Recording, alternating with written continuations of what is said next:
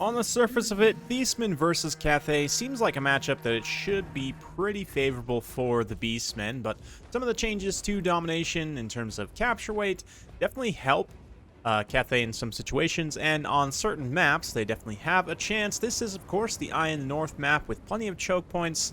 Let's get started on the builds, though. For myself and my starting army, Torox leading the way. The Eye of Morsley, Regiment of Renown, Cygor to back him up. We've also got a Brave Shaman, Lord of Wild here. 2 Ungor Spearman herds with shields. 2 Bestigor herd for some AP infantry and some Ungor raiders. As for my opponent, Turnant coming in here hot with Dragon-Blooded Shugengun. Lord got us a couple Celestial Dragon Guard up front. Longmas, more Celestial Dragon Guard over here. 2 Jade Warrior crossbows, some Peasant long spears. Let's go ahead and get to the reserves. In reserves, I've got the Sons of Goros, Centaurs with great weapons, Regiment of Renown, the Grog Hooves of Wolf's Run, the Centaurs with throwing axes, Regiment of Renown, another Centaur with great weapons, 3 Tuskor Chariots, 1 unit of Harpies, 1 Poison Warhound, some Ungor Raiders, some Ungor Spearmen herd with shields. For Cathay's reserve, they've got the Dune Dragons for a 4th Celestial Dragon Guard, Celestial Dragon Crossbowman as well, one more. Just the 1 Grand Cannon, some Jade Lancers, Jade Halberds, Jade Warriors with Sword and Shield, 2 Peasant Horsemen, and 2 Peasant Long Spears. And we're back in it, so I'm going to take up a position with the Cygor here on the edge of this kind of cliff, ravine, and start to throw some rocks. Obviously, the Celestial Dragon Guard are going to be the priority target number 1. If I can get consistent hits against them, should be able to do really nice, cost-efficient damage. That being said, I've already made a little bit of a mistake in coming up this far forward. Realistically, I could stand even like this far back and still rain on the center objective, which is kind of the whole idea. So I'm going to pull the Eye of Morsley back, try and reposition here.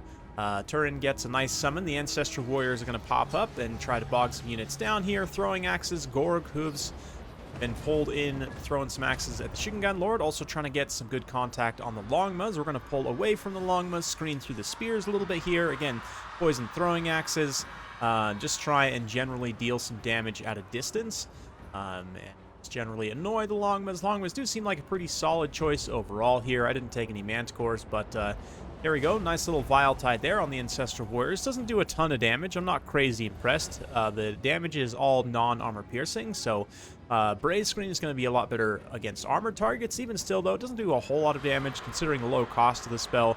Not really too surprising, but Bestigor is going to get into combat here against these Celestial Dragon Guard.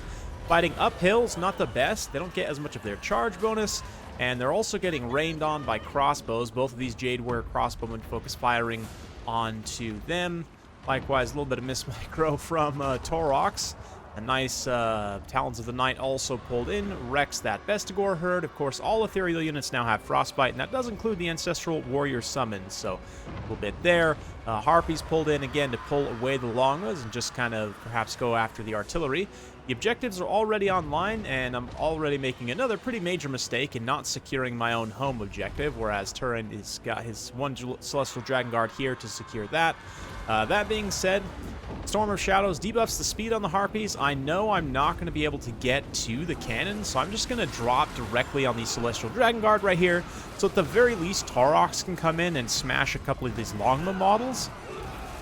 He's been doing a pretty good job grinding with the Celestial Dragon Guard with the support of these spears here, taking not too much damage, so that's a great situation for me. Grog Hooves also pull up on station to throw their poison axes.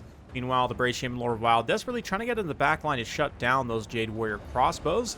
Starts to run some disruption. Nice Brave Scream there, and that was very solid damage through the sort of center mass of that unit. Pretty good stuff. Nothing too overpowered, but definitely one I would be spamming in this matchup. Although, to be honest, in hindsight, I think it's probably better to just take Lore of Shadows in Domination, given how strong Pit of Shades is right now, and given the fact that you can dump a lot of Winds of Magic quickly to burst down important targets. Like, I could have wrecked one of these Celestial Dragon Guards hard with Pit of Shades. I do think in Domination, it's probably the better way to go, at least on many maps. Bestial Surge of Lore of Wild is nice for the Vigor refresh, don't get me wrong. especially in a long battle, but that's if you can even keep this guy alive, which right now, he's definitely at risk of getting killed here, surrounded by the Shogun, died by longbows. We've got more chariots in the back line there.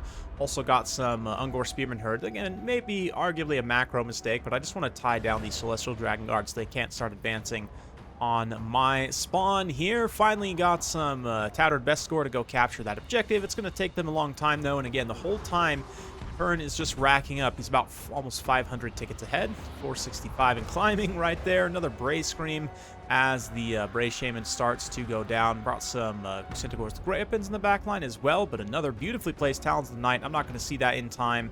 We'll basically just one-shot the unit, so that's the thing. You can definitely tell versus like the new race-specific lores versus the old ones, how much more powerful, say, like Lore of Yin's damage spells are in comparison to something like Lore of Wild. I mean, certainly in the past, Lore of Wild has been wildly overpowered. Get it? But anyway, Groghoof's helping to come in and support Torox, trying to finish off the last of these peasants, and the Celestial Dragon Guard as well. Leadership should hopefully give out soon, but the Groghoofs are going to reposition, try and go make sure we actually do finish capturing that objective, as this one Tattered Best Score herd still hasn't been able to get the job done. Another Ancestral Warrior summon here as my Ungor Raiders kind of get a little overblobbed on the hill. Peasant Horsemen trying to punch through, get in the flank there. Ungor Spearman herd are able to collapse in relatively effectively, and the Cygor is now generating value. He's back far enough away that the cannons aren't going to be able to easily get to him. You can see Turin has to come pretty far forward. He's focused firing on the best scores anyway. Here, this Centaur had been doing a pretty good job running around the back line, and I was running from the Longmas, kind of blundered into the Halberds here. Probably should have just stayed to fight the Longmas, to be honest, but there's more Jade Lancers, Jade Warriors coming in. Turn's doing a great job from a macro perspective of just deploying his units and keeping the waves coming forward. Super solid contact right there on the Dune Dragons as they move into combat against Torox here. Of course, the Regiment of Renown, Celestial Dragon Guard. Ern seems to be a pretty big fan of this unit in this particular matchup. And while I definitely understand, I do think they're potentially very vulnerable here. That damage from the Cygor is going to be pretty extreme for a unit that this expensive, and I can come in and just out-capture way easily with a couple of low-tier spears. So we're going to get back in this game. I'm going for a greedy triple cap right now, as I've got some spears and some chariots and stuff over here. I blunder the chariots again, though, and don't micro them at all, and see how quickly they just get torn to shreds by those Celestial Dragon Guard. Very impressive stuff, all things considered. Likewise, the Cygor also do a little bit of friendly fire. Probably should switch targets, like over onto this Jade Warrior Halberd or some of these other units, but yeah, it looks like, yeah, there we go. I was going to say, I think I do switch targets, but because of the hill, I don't know. Let's see if he's going to be able to throw rocks up and over these little spikes right here. Nope, looks like he's got to reposition to get line of sight, which is fine. Brought the Harpies back from routes, just generally trying to forward pressure. Turn's pretty low on units right now, and I do feel that if I press aggressively, I might be able to just fully table his army, but at the same time, though, this side push is going to end up tying up a lot of my own objectives, and I have more slip. Definitely should have maneuvered it over around this side.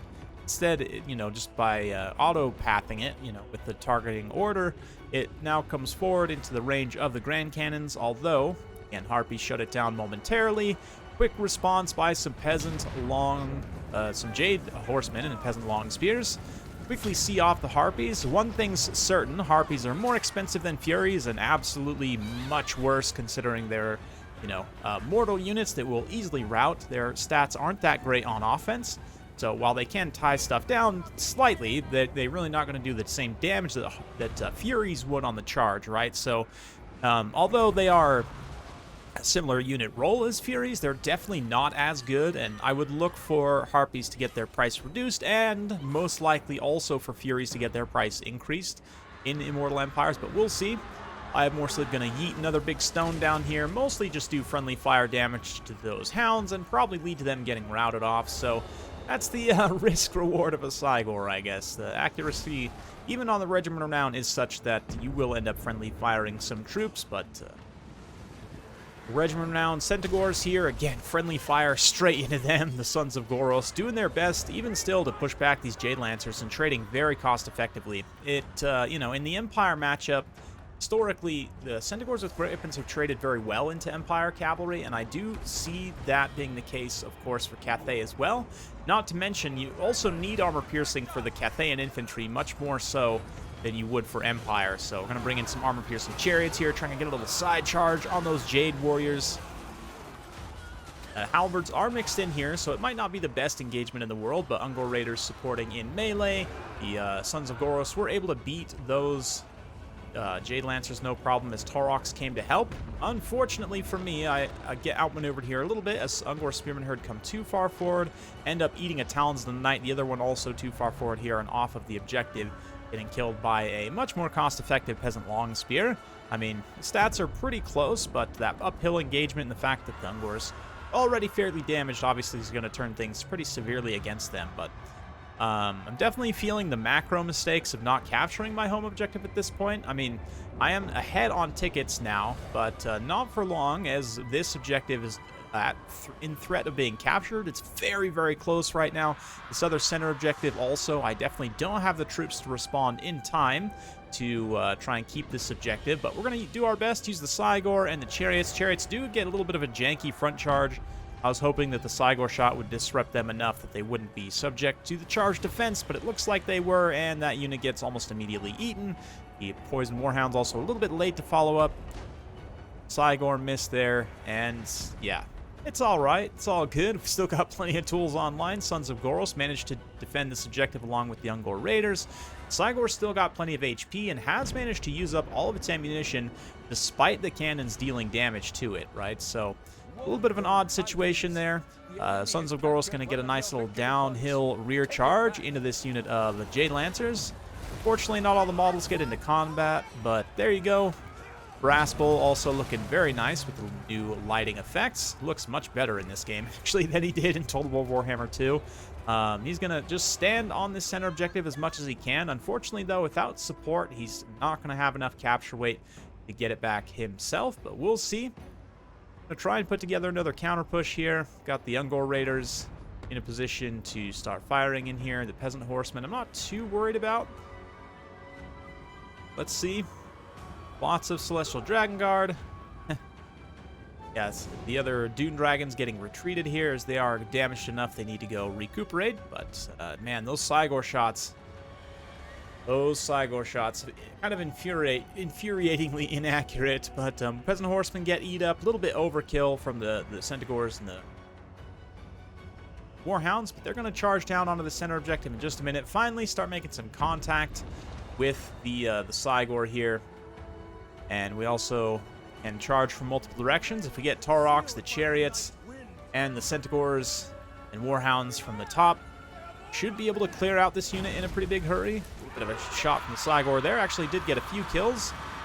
They're going to turn around and countercharge. Some get sent flying down the hill, and it's a little bit sloppy micro again, just late on the follow-up for Taurox. I somehow mistargeted him way over there, but Taurox and the Chariots, again, a little bit late getting into combat. Does mean that my Hounds might route there, but we'll see. Just trying to do as much shock damage as we can to these Celestial Dragon Guard. Nice roll attack from Taurox there.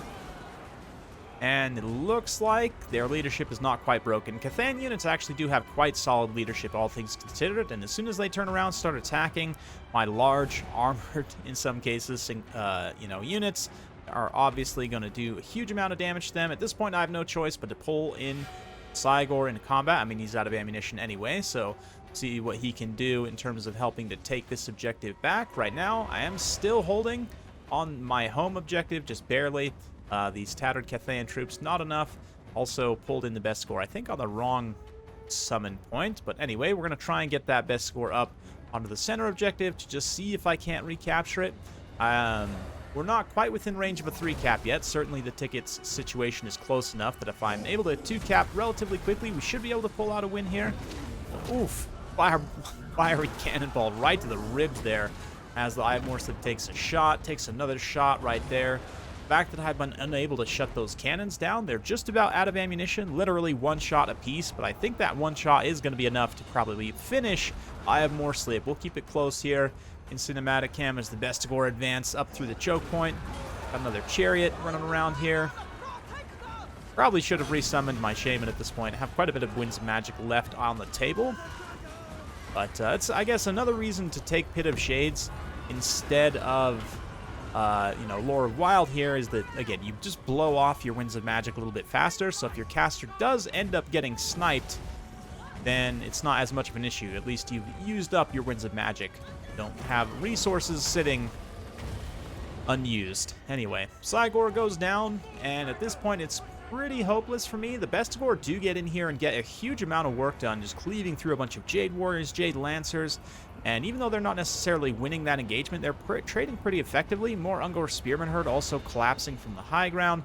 So if I had just a little bit more time, I could probably pull this back, but given that Turin is so close to victory here, it's a little bit, and also has a ton of capture weight still on this objective, it's unlikely that I'm going to be able to get through in time. So we'll just soak up some more cinematic shots of the Bestigor, Taurox, duking it out here. The noble Cathayan troops doing their best to hold the line against the foul Beastmen. Very, very cool stuff. Yeah, and I was pretty surprised by the result. I mean, honestly, I did make quite a few mistakes here, but from both a micro and macro perspective. I mean, I say pretty big. They're all seemingly very minor, but when you add them all together, they turn into big mistakes, right? And it's kind of the way of things. Sometimes person that makes less mistakes wins, and definitely that was the case here. Turin just playing very smart, safe, great build as well. I mean, Celestial Dragon Guard, I was kind of surprised at how well they were trading. I do think with proper Beastman shock damage, you could definitely deal with them pretty quickly.